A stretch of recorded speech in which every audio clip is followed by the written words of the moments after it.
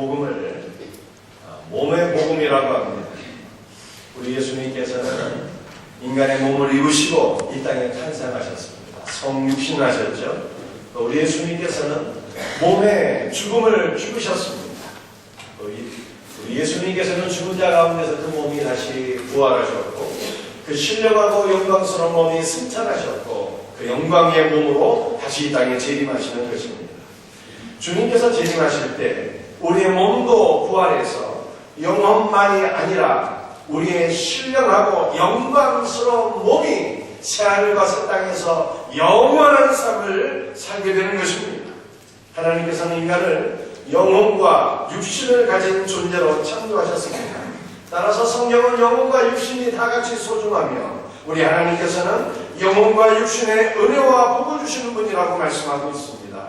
그래서 사도 요한이 이렇게 말씀하고 있죠. 내 영혼이 잘됨같이 범사가 잘되고 강건할지어다. 예수님은 죽으실 뿐만 아니라 몸의 부활로서 우리의 구원을 이루셨습니다. 막달라 마리아를 비롯한 몇몇의 여인들이 안식일 첫날, 즉 주일 새벽에 예수님의 무덤에 찾아갔습니다. 예수님은 금요일 오후에 돌아가셨는데 아리마다 사람 요셉이 예수님의 시신을 사바포로 싸서 한 번도 사용하지 않은 자신의 새무덤에 장례를 치루었습니다. 그런데 요셉은 안식일을 범하지 않기 위하여 장례를 급히 서두르다가 예수님의 시신에 향유를 바르지 못했어요. 따라서 막달라 마리아를 비롯한 여인들은 예수님의 몸에 향유를 바르기 위해서 무덤에 찾아갔는데 그곳에서 너무나도 놀라운 일을 목격하게 되었습니다. 예수님의 무덤에는 시신은 없고 빛나고 흰 옷을 입은 천사가 그곳에 있었습니다. 그리고 천사는 여인들에게 예수께서 그가 말씀하신 대로 부활하셨다고 하는 부활에 복된 소식을 전했습니다. 여인들의 마음에는 무엇이라 표현할 수 없는 기쁨과 두려움이 공존하게 되었습니다. 여인들이 천사들의 말을 듣고 제자들에게 돌아가는데 그때 부활하신 예수님께서 여인들에게 나타나시면 이렇게 말씀하셨습니다. 평안하며 부르시고 인사하셨어요. 여러분 우리도 한번 인사 한번 해볼까요? 옆 사람 얼굴 한번 보시고 우리 서로 이렇게 한번 인사해 보시겠습니다. 평안하십니까? 그런데 예수님께서 제자들에게 물으신 평안하며 이것은 물음도 아니었고 또 인사도 아니었습니다. 이 평안하며 이 말이요 명령이었어요. 너희는 큰 기쁨과 평안을 누릴지어다. 우리 예수님은 이렇게 평안을 전해주신 것입니다. 부활하신 예수님을 만나기 전에 여인들의 마음은 예수 그리스도의 죽음으로 슬픔과 두려움이 가득했습니다. 이 슬픔과 두려움이 천사를 만나서 부활의 복된 소식을 듣게 되었을 때 기쁨과 또 다른 두려움으로 바뀌어지게 되었습니다. 여인들의 기쁨은 부활에 대한 기쁨이었습니다. 두려움은 빛나고 영광스러운 천사를 만났기 때문에 오게 된 두려움이었습니다. 또한 여인들의 마음에는 의심도 있었을 것입니다. 정말 예수님께서 천사가 말한 대로 부활하신 것이 맞을까?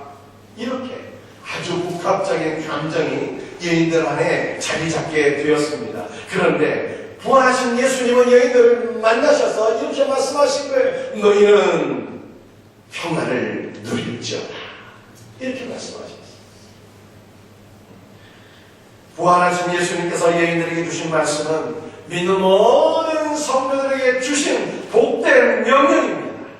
현대인들, 특히 우리는요, 마음에 많은 슬픔과 불안함을 안고 살아갑니다.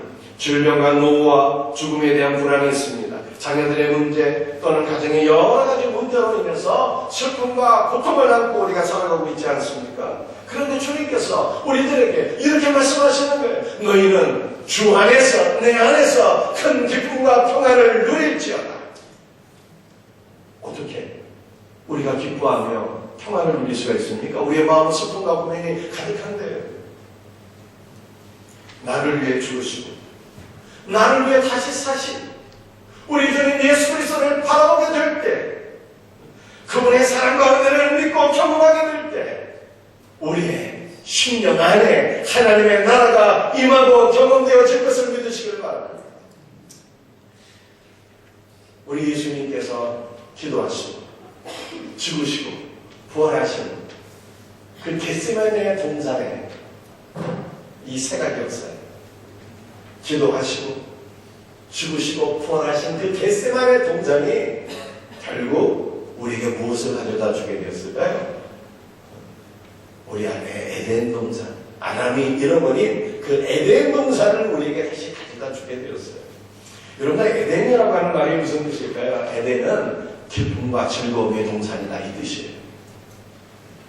여러분들, 우리 안에 왜 기쁨의 남은 이 복된 에덴이 회복될 수 있었던 것입니까? 그것은 예수 그리스도 안에서 나의 죄와 죽음과 저주의 문제가 다 해결되었기 때문입니다. 내가 안고 있던 이 죄, 내가 안고 있던 이 슬픔과 저주와 고통은 예수님께로 가. 예수님 안에 있던 의로움과 생명은 우리의 심령 안에 정답인 것을 믿으시기를 바랍니다. 그리고 우리 죽으시고 부활하신 우리 예수님께서 바로 우리의 구원대와 주님이 되셨어요. 그래서 우리는 내 삶의 모든 고통과 슬픔과 염려와 문제들, 인생의 궁극적인 이 죄와 죽음의 문제를 우리 주님 앞에 내어 맡겨드리면 주님께서 내 모든 삶의 문제를 해결해 주시고 내 삶 안에 하나님의 남은 에덴 동산을 경험하게 하시는 겁니다. 사랑하는 성도들이, 하나님께서 때로 우리가 감당할 수 없는 문제를 우리에게 안겨주시죠. 그 왜 그럴까요? 네 힘으로 살 수 없다는 것을 말씀하시는 거예요. 그래서 우리는 내가 안고 있는 이 모든 내 삶의 문제를 하나님 내 힘으로 해결할 수가 없어요. 주님 앞에 맡겨드립니다. 주님께서 나를 도우시고 주님께서 나를 구원하시옵소서. 전적으로 주님을 신뢰하고 의지하고 기도하게 될 때 하나님께서 내 삶의 문제를 해결해 주시고 내 삶 안에 하나님의 남은 하나님의 나라를 경험하게 하실 것을 믿으시기를 바랍니다.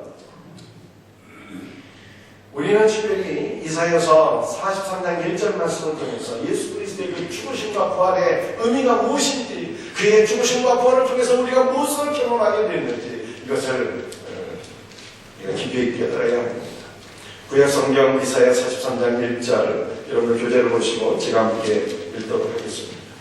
야곱아, 너를 창조하신 여호와께서 지금 말씀하시느니라. 이스라엘아, 너를 지으신 이가 말씀하시느니라.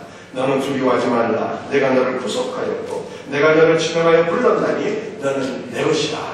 여러분들, 야곱이라고 하는 이름의 뜻이 무엇일까요? 야곱은 사기꾼, 남의 발목을 붙잡는 자, 넘어지게 하는 자, 찬탈자, 속이고 빼앗는 자, 이런 뜻이에요. 그런데 이렇게 못된 야곱에게 하나님께서 일방적인 사랑과 은혜를 부어주셔서 이 야곱이 거룩한 하나님의 형상으로 변화가 됩니다. 그런데 우리 하나님께서는요, 이스라엘을 야곱이라고 호칭하고 계세요. 이스라엘을 야곱이라고 호칭하시는 것은 이제 하나님께서 이스라엘에게 야곱에게 부어주셨던 그 일반적인 사랑과 은혜와 복을 주시겠다고 하는 말씀입니다. 여러분, 그 이스라엘이 누구입니까? 바로 예수 그리스도 안에서 본받은 저와 여러분인 것을 믿으시기를 바랍니다. 우리 하나님께서는 여러분이 야곱처럼 많은 허물과 약점을 가지고 있다 할지라도 결단코 버리지 않습니다. 왜냐하면 바로 우리가 하나님의 자녀요, 선택받은 주의 백성이요, 언약의 말씀의 계승자이기 때문입니다.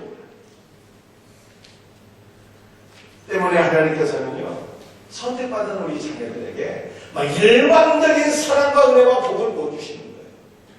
그 일방적인 사랑과 은혜가 결국 무엇입니까? 내가 너를 구속하였다, 이거예요. 하나님께서 야곱에게 이스라엘에게 말씀하셨습니다. 내가 너를 구속하였다. 여러분, 구속했다는 말이 무슨 뜻일까요? 구속했다라고 하는 것은요, 되찾아주다, 원수를 되갚아주다, 이런 뜻이에요. 여러분, 우리 하나님께서 정말 우리에게 무언가를 되찾아 주셨습니까? 뭘 도대체 되찾아 주신 것일까요? 아담이 잃어버린 그 남은 하나님의 나라를 내 힘으로 내가 되찾을 수가 없어서 우리 주 예수 그리스도께서 십자가에서 죽으시고 부활하심으로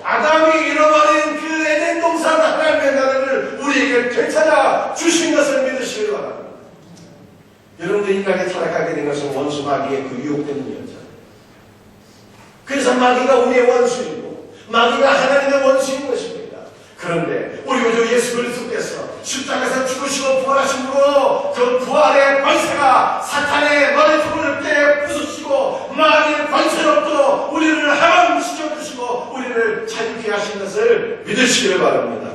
예수 그리스도의 십자가의 죽으심과 부활이 원수를 대박해주는 사건이었다 이 뜻이에요. 여러분들 여기까지 말씀을 정리할 것 같으면 우리 예수님의 죽으심과 부활이 결국 우리가 잃어버린 하나님의 나라를 우리에게 되찾아주시는 사건이었다. 우리가 그를 신뢰하고 의지하며 내 삶의 모든 문제를 주님께 맡겨드릴 때 하나님의 나라를 내가 내 삶 안에서 경험하게 된다. 이 말씀 드린 것입니다. 부활하신 예수님께서는요, 여인들에게 이렇게 말씀하십니다. 얘들아, 너희는 내 형제들, 내 제자들에게 가서 그들에게 갈릴리로 가라. 갈릴리에서 나를 만날 것이다. 이 말을 전하라고 명하셨어요. 여러분들 갈릴리는 어떤 땅인가요? 갈릴리라고 하는 것은 원래가 쓸모없는 땅이다. 이런 뜻이에요. 역대상 9장 말씀, 역대하 8장 말씀을 보니까 솔로몬이 성전을 건축하게 되는데 말씀이죠. 성전을 건축하기 위해서는 많은 이 재료들이 필요하죠. 백향목이 필요하고 방울이 필요하고. 그런데 이것을 다 어디서 조달해 놓은 거냐면 도로 왕 히람이라고 하는 자가 솔로몬에게 이 엄청난 백향목, 방울 다 바친 거예요. 그러니까 솔로몬이 귀한 것을 받았으니까 뭔가 대가를 지불해야 되지 않겠어요? 그 대가로서 지불한 것이 바로 갈릴리 땅입니다. 갈릴리의 땅과 천국 20개를 히람에게 너 그동안 나를 위해서 충성 많이 했다 고맙다 하면서 대가로 지불한 게 갈릴리의 그 땅과 천국 20개였어요. 히람이 불에서 와서 솔로몬 왕이 자기의 준 땅을 딱 보니까 말씀이죠. 너무 쓸데없고 황무지 땅이 없고 가치가 없는 땅이었어요. 그래서 이름을 붙였는데 다 뭘 쓸모없다 이 뜻이에요. 그래서 솔로몬이 다시 되돌려주게 됩니다. 너나 다니세요 하면 다시 되돌려주게 돼요. 근데 우리 예수님께서는요, 갈릴리로 가셔서 그곳에서 제자를 부르시고 3년간 제자들을 양육하셨어요. 부활하신 예수님께서 다시 갈릴리로 가셨고 그곳에 다시 제자들을 만나주셨습니다. 이것은 하나님의 은혜와 복음은요, 언제나 낮은 곳으로 가치 없는 자들에게로 소외된 인생에게로 주님의 사랑과 은혜와 복음이 흐른다라고 하는 것입니다. 그래서 주님의 사랑이 언제나 낮은 곳으로 가치 없는 자들에게로 죄인들에게로 흐르기 때문에 이방인은 우리가 죄인된 우리가 예수 그리스도를 만나게 됐고 그의 은혜로 구원받은 것을 믿으시기를 바랍니다.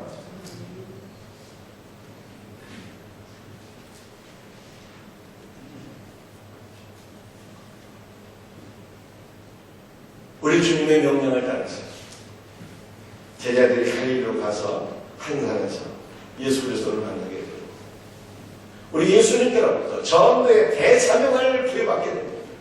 그것이 마태복음 28장 19절 20절 말씀. 우리 한번 19절과 20절 말씀 한번 같이 읽어보도록 합니다. 시작. 그러므로 너희는 가서 모든 민족을 제자로 삼아 아버지와 아들과 성령의 이름으로 세례를 베풀고 내가 너희에게 분부한 모든 것을 가르쳐 지키게 하라. 볼지어다 내가 세상 끝날까지 너희와 항상 함께 있으리라 하시니라. 아멘. 여러분들 이 말씀 가운데, 이 전도의 대사명 가운데 가장 중요한 동사가 하나 있는데 그 동사가 무엇인가 하면 제자를 삼으라는 거예요. 그리고 이 제자를 삼으라고 하는 것이 세 가지로 이루어져야 된다는 뜻입니다. 이 세 가지가 무엇인가 하면요, 가서 제자를 삼고 세례를 베풀어서 제자를 삼고 말씀을 가르쳐서 제자를 삼으라 라고 하는 이 세 가지로 제자를 삼는 것을 우리 주님께서 명령하십니다. 여러분들 가라고 하는 것은 무엇을 뜻하는 것입니까? 어디 가라는 거예요? 전도 대상자에게로 예수 그리스도를 아직 알지 못하는 불신자들을 가라고 하는 말씀입니다. 가라고 하는 것은요, 데리고 오기 위해서 가라는 거예요. 어디로? 교회로 데리고 오라는 거예요. 교회로 데리고 와서 주의 말씀을 들어서 그들이 믿음의 사람이 되도록 할지어다. 바로 이러한 명령인 것이죠. 사랑하는 성도들, 불신자들에게로 가서 그들을 교회 안으로 데리고 와서 생명의 말씀, 복음의 말씀을 듣게 할 수 있는 우리 성도들이 되기를 주 예수의 이름으로 축복합니다.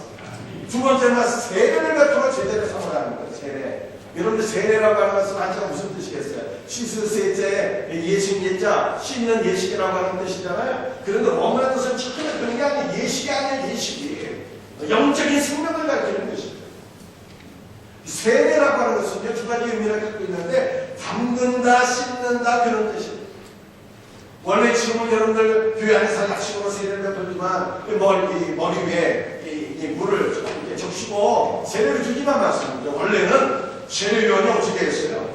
요단강에 세례받는 사람을 담궈버려야 돼요. 요단 강물에 잠기는 거예요. 잠기는 것이 무엇일까요? 예수 그리스도와 함께 죽는 거예요. 요단 강물에서 올라오는 것은 예수 그리스도와 함께 다시 사는 거예요. 그래서 세례라고 하는 것은 내가 믿음으로 말미암아 예수 그리스도와 연합되었다는 것입니다. 예수 그리스도와 함께 죽었고 예수 그리스도와 함께 부활했다라고 하는 것입니다. 또 세례 두 번째는 뭐라고요? 씻는 거예요. 씻는 거. 때를 씻는 것이 아니라 십자가에 보일러 피 흘림이 없으면 제사함이 없다고 말씀하셨습니다. 주 예수 그리스도의 보혈로서 내 모든 죄를 씻는 것입니다. 그런데 이것이 현재요. 이게 무슨 뜻일까요? 내가 어렸을 때 유아 세례 받고 혹은 예수 믿었을 때 교회 나와서 세간 역청용공 오주간하고 세례 받고 그것으로 땡치는 것이 아니라 내가 날마다 예수 그리스도와 함께 죽고 예수 그리스도와 함께 날마다 새롭게 부활하는 그 생명의 역사가 내 삶 가운데 이루어져야 된다는 거예요. 그 바울이 뭐라고 그랬습니까? 내가 날마다 죽는 거라고 그랬잖아요. 자기 자신을 진짜 나는 나의 교만들, 나의 정욕들, 나의 욕심들, 나의 모든 죄상을 날마다 십자가에 못 박고 내가 날마다 죽는 거예요. 내가 날마다 죽게 될 때 어떻게 되는 것입니까? 예수 그리스도께서 내 안에서 풍성한 은혜로 나를 세우시고 나를 새롭게 하시고 그래서 내 속심령은 날마다 새로워지는 거다. 바로 이 고백. 이것이 날마다 있어야 된다는 것입니다. 날마다 죽고 날마다 새로워짐으로 예수 그리스도의 제자가 되라고 하는 이 명령을 주십니다. 세 번째는 어떻게 제자 삼는 거예요? 말씀을 가르치는 겁니다. 세례받은 이후에도 계속해서 양육을 받고 훈련을 받고 내가 평생 하나님의 말씀으로 은혜를 받고 예수 그리스도의 정상한 분량까지 자라나야 되는데 언제까지 하나님 나라에 들어갈 때까지 나는 감격이 끝난다. 나는 성경 다 없이 이런 분들은 없으시겠죠. 날마다 성경 읽고 기도하고 묵상하고 하나님의 말씀으로 훈련받았습니다. 여러분이 예수 그리스도의 정상한 분량까지 자라나시고 복된 주님의 제자들이 다 되기를 주 예수 그리스도의 이름으로 축복합니다. 그런데 이렇게 전도의 대사명을 감당하는 제자들에게 우리 주님께서 한 가지 복된 약속을 주셨잖아요. 그 복된 약속이 무엇입니까? 내가 세상 끝날까지 너희와 항상 함께하리라. 단 하루도 나의 동행함이 너에게 갈라지는 날이 없을 것이며 내가 언제나 어디서나 너희와 함께하며 너를 붙잡아주며 나의 은혜로 너를 채우리라. 이렇게 말씀하십니다. 왜냐하면 주님의 은혜가 없으면 우리가 감당할 수 있는 일이 아무것도 없기 때문인 것입니다. 마른 막대기 같은 물이 있잖아요. 버리떡 5대와 같은 우리들이 있잖아요. 무엇을 감당할 수 있겠습니까? 그러나 주님의 은혜가 나와 함께할 때 주님께서 나를 통해 역사하시고 영원거리에 대한 역사를 이루시는 것입니다. 여러분 구약 성경 이 성상의 말씀을 보게 되면 하나님께서 기드온에게 한 가지 명령을 내리시잖아요. 너희 용사가 기드온아 미디안의 앞전로부터 이스라엘을 구원할지어다 명령을 내리시는데 기드온은 원래 걱정의 용사가 아니라 두려움이 많고 걱정이 많고 그런 사람이었어요. 큰 용사가 아니었어요. 근데 하나님께서 나를 통해서 이스라엘을 구원하시겠다 말까지 믿지 못하는 거죠. 그래서 하나님께 한 가지 기도를 했잖아요. 하나님 정령 주님께서 나와 함께 하시겠습니까? 정말 내가 이스라엘을 미디안 앞에서 구원할 수 있을까요? 그렇다면 나에게 한 가지 표정을 보여주옵소서. 그래서 양털 사건, 도시 양털 사건이 나오는데 그 양털로서 하나님 앞에 기도한 것은 하나님을 테스트하는 단순히 그런 기도가 아니었어요. 하나님의 은혜를 강구하는 기도였던 것입니다. 정말 하나님의 뜻이요. 양편에는 이슬이 크게 척게 하시고 주변에 모든 땅은 메마르게 하옵소서. 이것이 뭐 양편이 바로 기도 자신입니다. 하나님, 내가 이스라엘을 미디안의 앞에서 구원하기 위해서는 주님의 은혜와 사랑과 그 능력이 나에게 임해야 될 것 아니겠습니까? 나를 주님의 은혜로 충만케 하옵소서. 이 기도였어요. 하나님께서 기도는 기도를 응답해 주셨어요. 양털만 이슬로 자들들게 하셨어요. 두 번째로 말씀. 기도니 하나님께 기도할 때 뭐라고 기도했습니까? 양털은 헛구성하던 마르되 주변의 모든 사면은 이슬로 접게 하옵소서. 이렇게 기도했어요. 여러분, 우리가 일평생 살 때 은혜 받을 때도 있지만 주님의 은혜가 떨어질 때도 있잖아요. 쓰러지고 넘어질 때도 있잖아요. 그때 어떻게 하면 좋겠습니까? 내 생명의 모든 나와 관계된 사람들이 주님의 은혜로 충만하게 접임을 받게, 나의 가정, 내 직장과 사업장과 교회, 내가 만나는 모든 사람들에게 주님의 은혜가 넘치게 되면 얼마나 좋을 거예요. 더 신나는 일이겠죠. 기도는 바로 그 은혜를 구합니다. 하나님, 양털된 나는 메마를지라도 내 사면은 내가 바라봤던 모든 땅은 주님의 은혜로 충만케 하옵소서. 기도는 그 은혜를 구합니다. 하나님께서 어떻게 하셨어요? 응답하시고 그 놀라운 주님께서 부어주신 은혜로 말미암아 기도원이 이스라엘을 미디안의 앞에서 구원한 것을 믿으시길 바랍니다. 사랑하는 성도, 이 은혜를 우리 주님께서 복음을 증거하는 제자들에게 주시겠다고 약속해 주십니다. 그러므로 우리는 날마다 주의 은혜를 붙잡고 삼아오는 기도에 주님은 내 심령을 주의 은혜로 충만하게 하시고 내가 정과 내가 방금 발로 밟는 모든 땅 주님 동행해 가시고 주님 나를 붙잡아 주시고 주님의 은혜를 내가 만나는 모든 자들에게 부어주옵소서. 기도하시고 응답 받으시고 우리 복된 동역자들 다 될 수 있기를 주 예수 그리스도의 이름으로 축복합니다. 결국 참고는 내가 한 것이 아니라는 뜻이죠. 주님이 많은 막대기와 같은 버린다 가삭대기와 같은 하찮은 나를 통해서 주님의 은혜로 주님께서 이루신다는 것이죠. 그래서 이것을 요한복음 21장에서도 말씀하고 있는데, 쟤네들이 주님의 말씀을 따라서 갈릴리로 갔잖아요. 갈릴리 호숫가에 가서 이 밤새 물고기 잡는데 물고기 한 마리도 깎게 되었습니다. 근데 주님께서 쟤네들에게 나타나셨어요. 얘들아, 뭐 좀 잡았냐? 한 마리도 못 잡았는데 배 오른편에 그물을 내리라는 거예요. 그랬더니 주님의 말씀대로 순자가 내렸더니 막 엄청난 물고기, 큰 물고기 153마리를 잡게 되었습니다. 이게 무슨 말씀입니까? 지금 성경이 물고기 잡는 얘기하려고 기록한 책이 아닙니다. 우리 하나님께서 이 그물이라는 것은 무엇입니까? 바로 교회. 153마리의 큰 물고기 무엇입니까? 앞으로 제자들을 통해서 세계 선교의 위대한 역사가 일어나기를 주인데, 제자들을 통해서 교회를 통해서 구원받게 될 모든 성도들의 숫자가 153마리 하나님의 자녀들이라고 이게 다 상징적으로 성경 기록입니다. 그런데 그물을 내려서 이 그물 가득히 큰 물고기 153마리가 잡히게 됐는데, 결국이 원본의 뜻은 말씀이죠. 그 153마리의 물고기가 하나님께서 선택하신 자들이었고 하나님께서 이끄셨기 때문에 그물 안으로, 교회 안으로 들어와서 구원을 하게 되었다, 이 말씀이에요. 그런데 이 큰 물고기 153마리가 그물 안에 낚이게 되었는데 그 그물이 어떻게 되었어요? 찢어지지 않았다는 것이죠. 여러분, 그물이 찢어지지 않았다는 것은 우리들에게 두 가지 놀라운 영적인 진리를 보여주고 있는데, 첫 번째로 말씀이죠. 그물이 찢어지지 않아야 고기를 잡을 수 있다, 영혼구원의 사명을 감당할 수 있다, 이 뜻이에요. 그물은 뭐라고요? 교회가. 결국 교회가 찢어지지 않을 때, 될 때, 연합되어질 때, 하나가 될 때 영혼구원의 사명을 감당할 수 있는 복된 교회가 될 것을 믿으시고 우리의 생명생 교회가 더욱더 이와 같은 교회가 되기를 주 예수 이름으로 축복합니다. 또 한 가지는 말씀은 뭔가 하면 그물이 찢어지지 않았어요. 153마리 엄청난 물고기 잡았는데 그물이 건지 않는 거예요.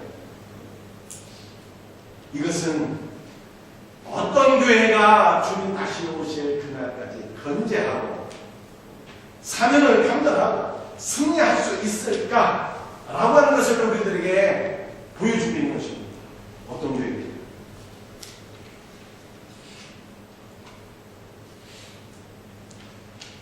몇 년 전에 우리 생명샘과 속한 수호님에서 모태절 대사원에서 세미나가 있었는데 그 세미나 내용이 강사가 말씀드린 미래학, 대한민국에서 알아주는 미래학자가 말이죠. 결국 그 사람의 말한 내용 가운데 하나가 무엇인가는 앞으로 최후의 승리자가 되는 교회는 어떤 교회일까? 라고 하는 것을 말합니다. 어떤 교회가 최후의 승리자가 될까요? 비도 없는 교회. 앞으로 경제가 많이 어려워지니까 비도 없는 교회가 최후의 승리자가 될 것이다. 그런 얘기입니다. 경제적인 관점에서는 뭐 맞는 말일 수도 있겠지만 성경적으로는 맞는 말이 아니에요. 성경적으로는 어떠한 교회가 건재하고 사명을 감당하고 승리하는 교회가 될 수 있습니다.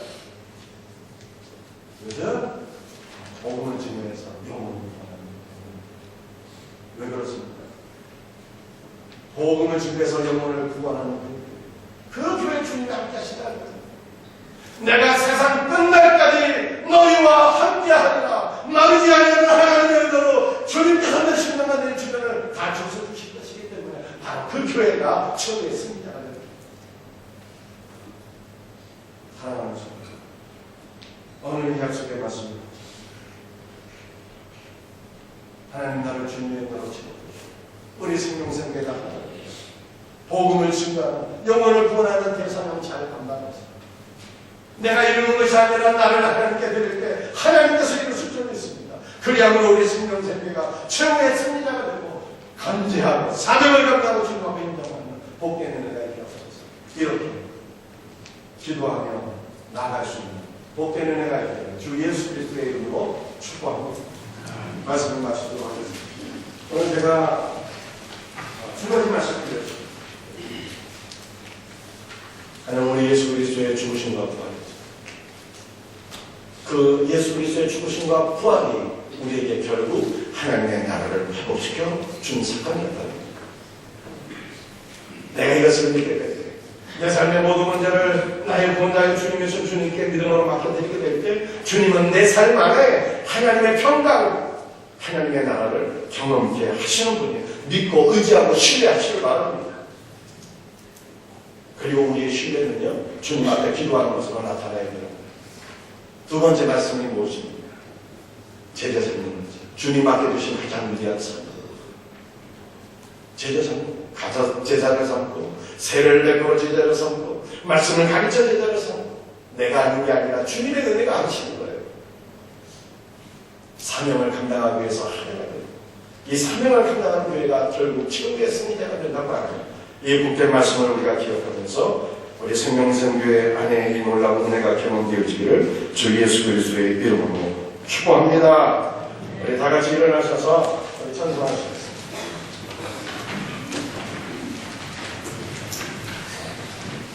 (502장) 이제서부터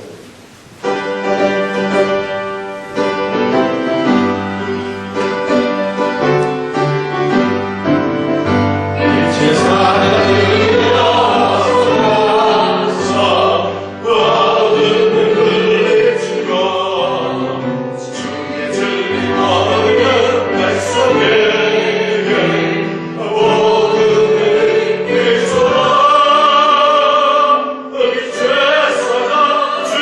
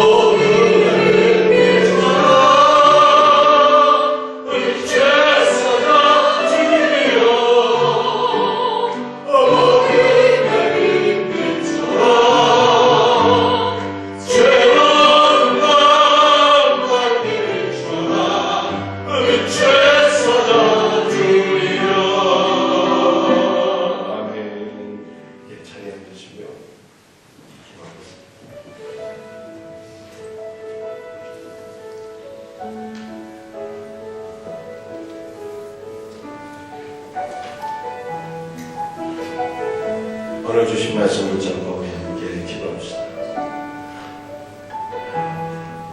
여러분, 믿음은요, 신뢰하는 거예요. 하나님의 나라가 우리 안에 임한 거예요. 뭐 때문에? 주님께서 되찾아 주신 거예요. 죽으심과 부활. 그리고 내 모든 문제를 우리 주님, 나의 구원자가 되시고 주님이 되신 그분께 맡겨드리면 하나님의 나라가 내 안에 경험되어지는 거예요. 하나님 다 맡겨드립니다. 하나님 기도로 주님 앞에 나가기를 원합니다. 주님 나를 다스려 주세요. 내 모든 문제 해결해 주세요. 그렇게 기도하세요. 하나님 우리 생명샘교회가 더욱더 하나가 되어서 영원구원의 사명, 제자와의 사명을 잘 감당하게 없어서 기도합시다.